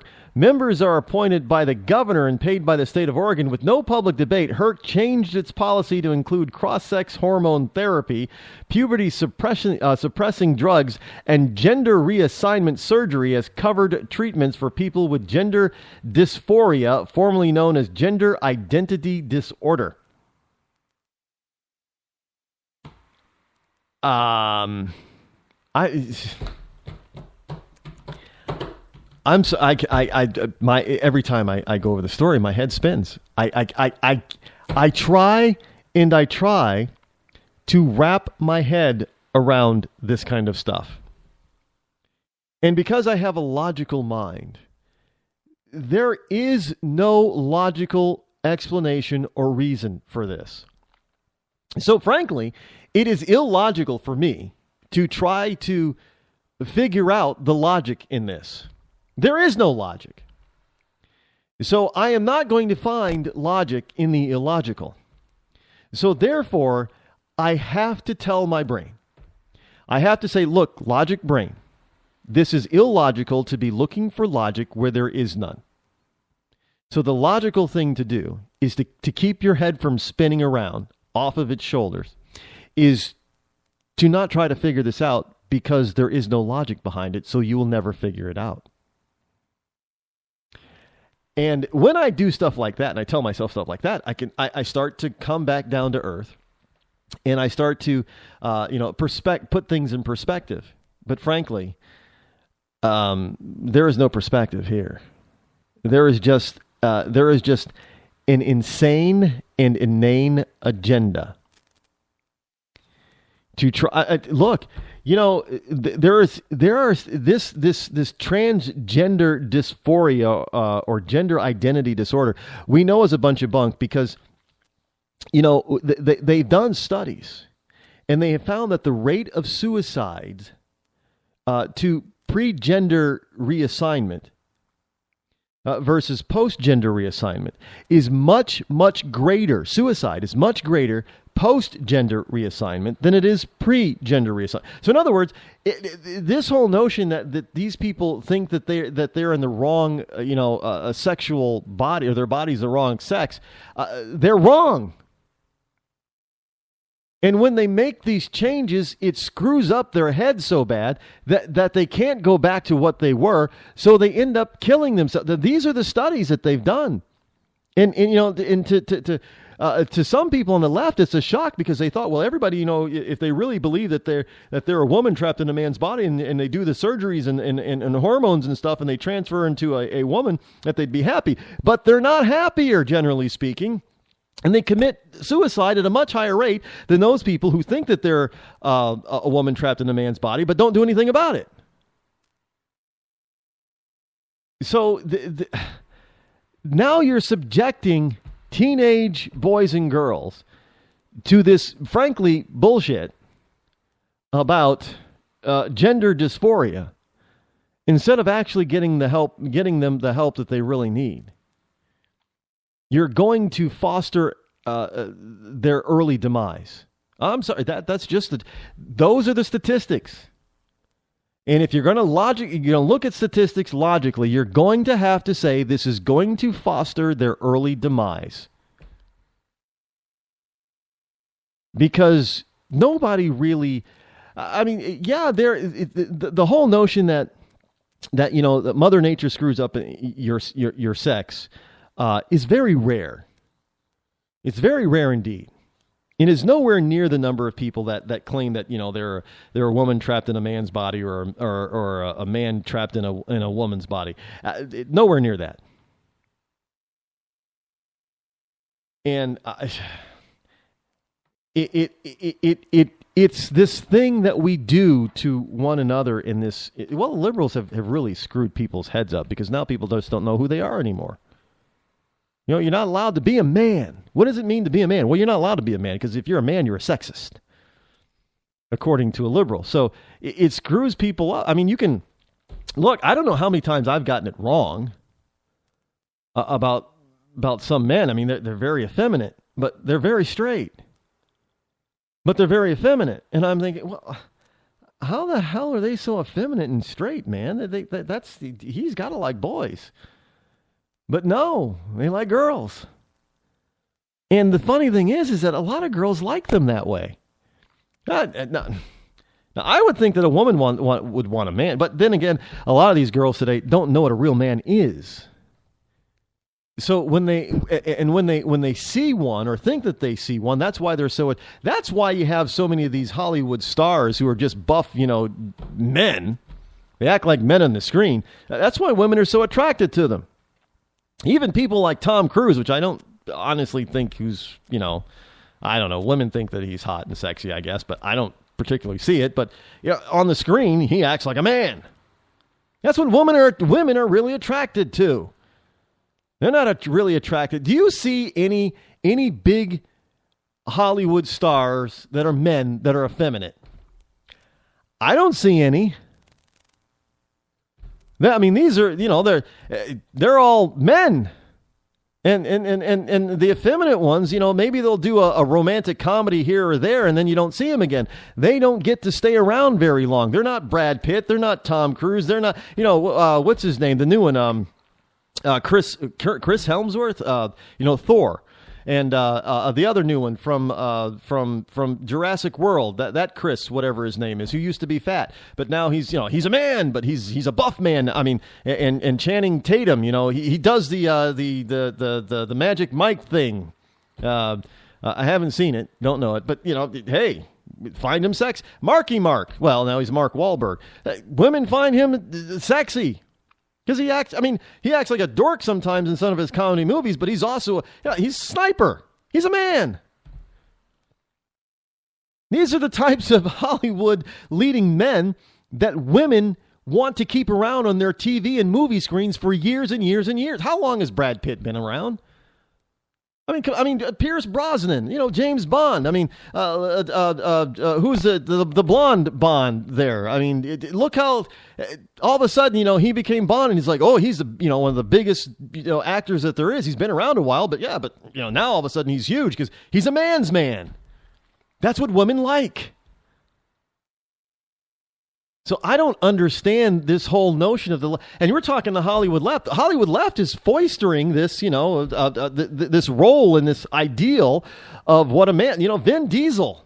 I don't necessarily think Vin Diesel is all that good looking for a guy, but women think he's, a hunk. They love him because he's a man's man. He's not effeminate.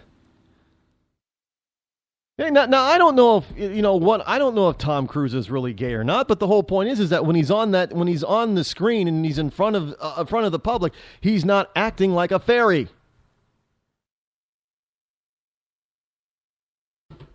I'm just putting it out there.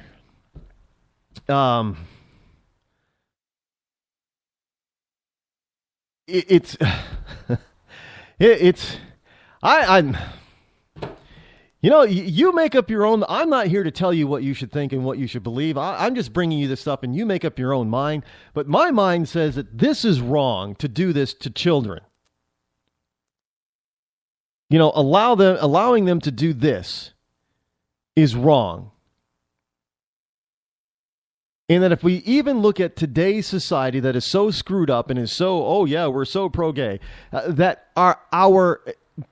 the people that men and women look up to still know their roles, their gender roles.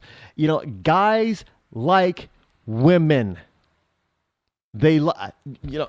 Look, even gay guys, they like the woman who acts like a woman. Sure, they'll watch a woman who can kick a guy's butt every once in a while. But they really want them to be effeminate. They want them to be a woman. I don't see any. You see some of these lesbian stars. I don't see them doing a lot of movies. Well, you got Ellen, but Raven Simone. What the hell is Raven doing? But walking around with her head, with her nose stuck up in the air like she's better than everybody else because she came out as a lesbo. Big freaking hairy deal. She has no career. Nobody wants to watch her. Nobody's attracted to her. Well, maybe other lesbians are. I don't know. But But look, we even in this screwed up, this culture that has screwed up people, we still have the basics and the basis for the roles of gender. And it doesn't mean that, women can't do certain jobs and men can't do certain jobs. And that's not what I'm talking about. That we have certain beliefs that we're attracted to, certain qualities we're attracted to. Women are attracted to real men. Men are attracted to real women. Plain and simple. We don't, the opposite sex doesn't go for all the fake, phony, non-traditional gender role. You're not going to find a bunch of effeminate men suddenly becoming, big stars. If that were the case, then Adam Lambert would be one of the biggest stars that we got going, but he's not. Just saying. I don't know. Is he effeminate? I haven't seen him really since Idol. Also with going along with the Oregon Medicaid thing, which is part of Obamacare. Look, folks, I told you this. This is from the Politico. The Senate downplays Obamacare repeal. No deadline, says Senator John Barrasso, as House conservatives cry foul. Now, July was supposed to be the big month for Obamacare repeal in Congress, but Senate Republicans are downplaying expectations that they'll use a powerful budget tool called reconciliation to undo Obamacare through a simple majority vote this summer, and conservatives are not too pleased. Now, this is how we got Obamacare in the first place, reconciliation. So a simple majority vote gave it to us, but they don't want to use the same thing to get rid of it. I mean, what? I told you that they were not really for abandoning and getting rid of Obamacare. Listen to them talk about it. We need to repeal and replace. No, we don't need to replace. That's all I hear from them. We need to repeal and replace. We just can't, take it away. Yeah, we can just take it away. We shouldn't have it in the first place. That's the whole point. Now, Republicans pledged earlier this year that they would use the budget's reconciliation tool to knock out parts of Obamacare. That was to start this month to get rid of some unpopular Obamacare taxes or mandates, even if they can't scrap the whole law. But they haven't even moved on that. And this is what has so many people frustrated. But I told you not to be frustrated because I told you this was going to happen because I told you the Republican Rhino leadership wants Obamacare. They just wanted their version of it. And they're still trying to figure out a way to get their version of it. And they're trying to hold on to it until they hopefully get a Republican president in there in 2016. So then they can introduce their version of Obamacare. So then we can get rid of Obamacare and replace it with Republican care. Folks, don't doubt me. I told you this is how it was going to go down. I told you this was, and now here it is. I said they're not going to move to really, because they could have already done it if they wanted to. And all they're doing is doing flabberjabbing. Jab to jab, just telling you what you want to hear. But they weren't going to do anything. Now, supposedly, there are persistent divisions among Republicans, along with the re-election concerns of some GOP senators in liberal or swing states, are again slowing things down. Look, even liberals don't particularly like to have. They looked at the polls. Even liberals, for the most part, do not like Obamacare. I mean, this thing is one of the most unpopular things that this country has ever seen. I don't know. I only think that, prohibition was probably the only thing that was more unpopular than Obamacare. I'm not being funny or facetious here. I'm being serious as a heart attack. I think the only thing that has been more unpopular in this country, as far as a national thing is concerned, was prohibition. I don't think, there's nothing else out there. But look, you got, hell, I don't know. How many other states can do what Oregon just did? By the way, that's my question. How many other states are going to pay for this kind of stuff that wouldn't have happened or wouldn't be paid for by insurance or the government if there was no Obamacare? I mean, you got to ask yourself that kind of stuff, because this is reality, folks. This is reality, and I don't like it any more than you do. Trust me, I don't. Well, that sound means that we are out of time for tonight. We'll be back here tomorrow, same bat time, same bat channel. Thank you for joining in and showing up and listening. I'm Rod Eccles. This has been the Rod Eccles Show. I'm out.